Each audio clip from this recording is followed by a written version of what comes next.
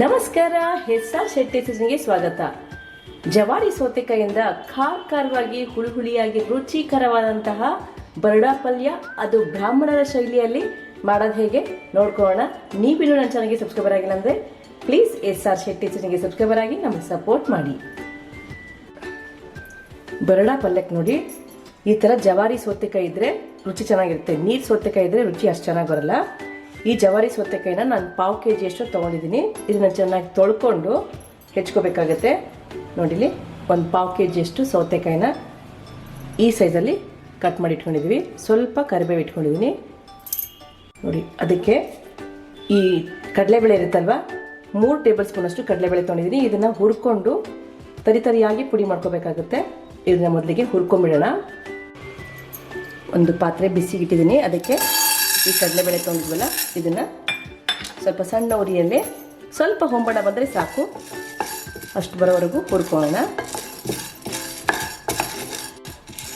ನೋಡಿ, ಇಷ್ಟು ಹುರಿದ್ರೆ ಸಾಕು. ಸ್ವಲ್ಪ ಬಿಸಿ ಆಗಬೇಕು, ಚೂರು ಹೊಂಬಣ ಬಂದರೆ ಸಾಕು ನಮಗೆ. ಈಗ ಇದನ್ನು ಬೇರೆ ಬಟ್ಲಿಗೆ ಹಾಕ್ಕೊತಾ ಇದ್ದೀನಿ. ಸ್ವಲ್ಪ ತಣ್ಣಗಾಗಲಿ ಇದು. ನೋಡಿ, ಅದೇ ಪ್ಯಾನಿಗೆ 3 ಸ್ಪೂನಷ್ಟು ಎಣ್ಣೆ ಹಾಕ್ತಾಯಿದ್ದೀನಿ. ಎಣ್ಣೆ ಸ್ವಲ್ಪ ಇದಕ್ಕೆ ಜಾಸ್ತಿ ಬೇಕಾಗುತ್ತೆ. ಎಣ್ಣೆಗೆ ಸ್ವಲ್ಪ ಸಾಸಿವೆ ಜೀರಿಗೆ ಹಾಕ್ಕೊಳ್ಳೋಣ. ಒಂದು ಒಣಮೆಣಸಿನ್ಕಾಯಿ ಮುರಿದ್ಬಿಟ್ಟು ಹಾಕ್ಕೊತಾ ಇದ್ದೀನಿ. ಸ್ವಲ್ಪ ಉದ್ದಿನಬೇಳೆ ಹಾಕ್ಕೊಳ್ಳೋಣ.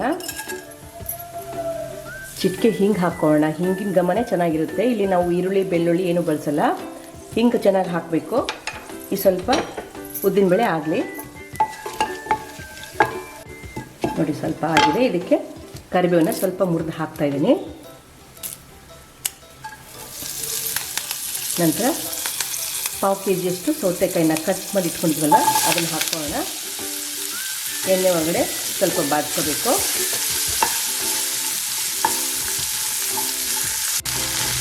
ಸರಿ, ಸ್ವಲ್ಪ ಬಾಡಿಸ್ಕೊಂಡಿದ್ದೀನಿ. ಸೌತೆಕಾಯಿನೂ ನೀರು ಬಿಟ್ಕೊಳ್ಳುತ್ತೆ, ಜೊತೆ ಎಣ್ಣೆನೂ ಚೆನ್ನಾಗಿ ಹಾಕ್ತಿದ್ವಲ್ಲ, ಅದರಿಂದ ಇದು ಬೇಗನೆ ಬೇಯುತ್ತೆ. ಸ್ವಲ್ಪ ಮುಚ್ಚಿಬಿಟ್ಟು ಬೇಯಿಸ್ಕೊಳ್ಳೋಣ.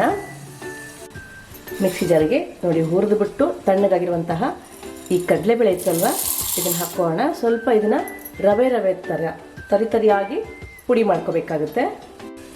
ನೋಡಿ, ಇದನ್ನು ಸ್ವಲ್ಪ ಜುರಿ ಔಡ ರವೆ ಥರ ಪುಡಿ ಮಾಡ್ಕೊಂಡಿದ್ದೀವಿ. ಇದ್ರ ಬದಲಿಗೆ ನೀವು ಮೀಡಿಯಮ್ ರವೆ, ಉಪ್ಪಿಟ್ಟು ರವೆ ಇರುತ್ತಲ್ವ, ಅದನ್ನು ಕೂಡ ಹಾಕು ಮಾಡ್ಬೋದು. ನೋಡಿ, ಇದನ್ನು ನಾನೀಗ ಒಂದು ಬಟ್ಲಿಗೆ ಹಾಕ್ಕೊಂಡ್ಬಿಡ್ತೀನಿ. ನೋಡಿ, ಈ ಹುರಿದು ಪುಡಿ ಮಾಡಿರುವಂತಹ ಹಿಟ್ಟಿಗೆ ರುಚಿಗೆ ತಕ್ಕಷ್ಟು ಉಪ್ಪು ಹಾಕ್ಕೊಳ್ತಾ ಇದ್ದೀನಿ. ಚಿಟಿಕೆ ಅರಿಶಿನ, ನಿಮ್ಮ ಖಾರಕ್ಕೆ ಎಷ್ಟು ಬೇಕೋ ಅಷ್ಟು ಅಚ್ಚಕಾರದ ಪುಡಿ. ನಾನಿಲ್ಲಿ 1 ಸ್ಪೂನಷ್ಟು ಖಾರನ ಬಳಸಿದ್ದೀನಿ. ಒಂದು 1/4 ಭಾಗದಷ್ಟು ನಿಂಬೆ ರಸ ಹಾಕ್ತಾಯಿದ್ದೀನಿ. ದೊಡ್ಡದಿದೆ ಹೋಳು, ಅದರಿಂದ ಇಷ್ಟು ಸಾಕಾಗುತ್ತೆ. ನೋಡಿ, 1/4 ಭಾಗ ನಿಂಬೆ ರಸನ ಇದಕ್ಕೆ ಹಿಂಡ್ಕೊಂಡಿದ್ದೀನಿ. ನೋಡಿ, ಇದನ್ನೆಲ್ಲನೂ ಚೆನ್ನಾಗಿ ಕಲಿಸ್ಕೋಬೇಕು. ಇದು ಚಪಾತಿಗೆ, ರೊಟ್ಟಿಗೆ, ಅನ್ನಕ್ಕೆ ತುಂಬ ಚೆನ್ನಾಗಿರುತ್ತೆ. ಬ್ರಾಹ್ಮಣರು ಇದನ್ನು ಸಮಾರಂಭಗಳಲ್ಲಿ ಮಾಡ್ತಾರೆ.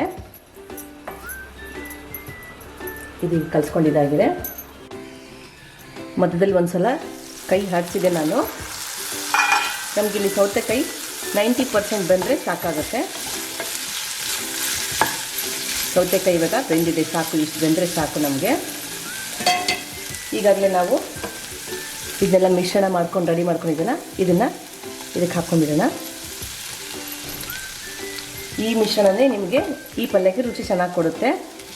ಇದ್ರ ಬದಲಿಗೆ ನೀವು ಕಡಲೆ ಹಿಟ್ಟು ಹಾಕಿದರೆ ಅಷ್ಟು ರುಚಿ ಕೊಡಲ್ಲ ಇದು. ಇದನ್ನೆಲ್ಲ ಚೆನ್ನಾಗಿ ಮಿಕ್ಸ್ ಮಾಡ್ಕೊಂಡ್ಬಿಡೋಣ. ನೋಡಿ, ಎಲ್ಲನೂ ಚೆನ್ನಾಗಿ ಸಂಪೂರ್ಣವಾಗಿ ಮಿಕ್ಸ್ ಮಾಡ್ಕೊಂಡಿದ್ವಿ. ಇವಾಗ ಇದಕ್ಕೆ ಸ್ವಲ್ಪ ನೀರು ಚಿಮ್ಮಿಸ್ಕೊಳ್ಳೋಣ. ನೋಡಿ, ನಮಗಿಲ್ಲಿ ಈ ಬೇಳೆನೆಲ್ಲ ಪುಡಿ ಮಾಡ್ಕೊಂಡಿದ್ವಲ್ವ, ತರಿಯಾಗಿತ್ತಲ್ವ, ಅದು ರವೆ ಇತ್ತಲ್ವ, ಅದು ನಮಗೆ ಬೇಯಬೇಕು. ಅದರಿಂದ ನೋಡಿ, ಈ ಥರ 3 ಸ್ಪೂನ್ ಅಂದ್ಕೊಳ್ಳಿ, 3 ಸ್ಪೂನಷ್ಟು ನೀರನ್ನ ಇದಕ್ಕೆ ಹಾಕ್ಕೊಂಡಿದ್ದೀನಿ. ಜಾಸ್ತಿ ನೀರು ಹಾಕೋದು ಬೇಡ. ತರಿಯಾಗಿರೋ ಕಡಲೆಬೇಳೆ ಮಾತ್ರ ಬೇಯಬೇಕು. ಅದಕ್ಕೋಸ್ಕರನೇ ಅಷ್ಟು ನೀರು ಚಿಮ್ಸ್ಕೊಂಡಿದ್ದೀನಿ ನಾನು. ಇದನ್ನಿವಾಗ ಮುಚ್ಚಿಬಿಟ್ಟು 1-2 ನಿಮಿಷ ಬೇಯಿಸ್ಕೊಳ್ಳೋಣ.